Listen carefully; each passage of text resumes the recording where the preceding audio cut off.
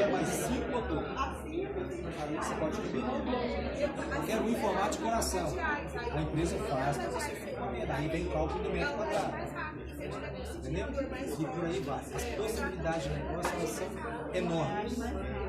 Lembrando, primeiro é essa baixa.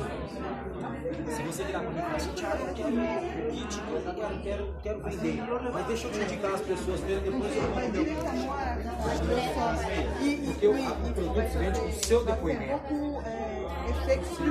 Tem uma cliente que ela não vem muito, tem uma conta no total. Acho melhor colocar aqui, então. 5 minutos ela não sai desse a mão sim. O cliente dá. Como é que é o nome dela? Da Helenice. Helenice, por favor, a sua cliente lá, a Marilu, no Max, quanto tempo ela usou o bracelete para reduzir o tremor? O Guimar, eu fui sexta-feira, 2 anos. Aí eu cheguei lá, sexta-feira, 10 horas da noite, ela falou da mãe dela desceu. Aí, desse jeito. Aí eu sentei, tirei meu bracelete e pus aí. Aí ela, ó, mas põe aí o que tem. Tem ali, eu pedi o bracelete. Mãe,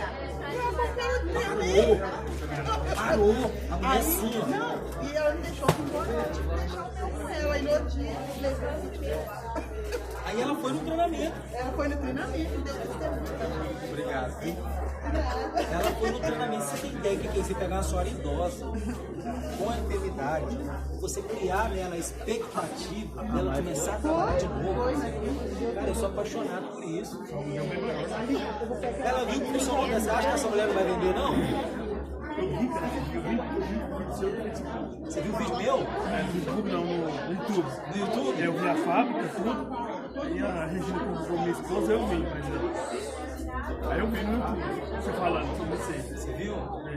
Aí eu falei, cara, vou lá ver. Que bom que você viu. Aí você viu no YouTube. Que bom você viu. Ela é sua esposa? Ah, prazer, tudo bem?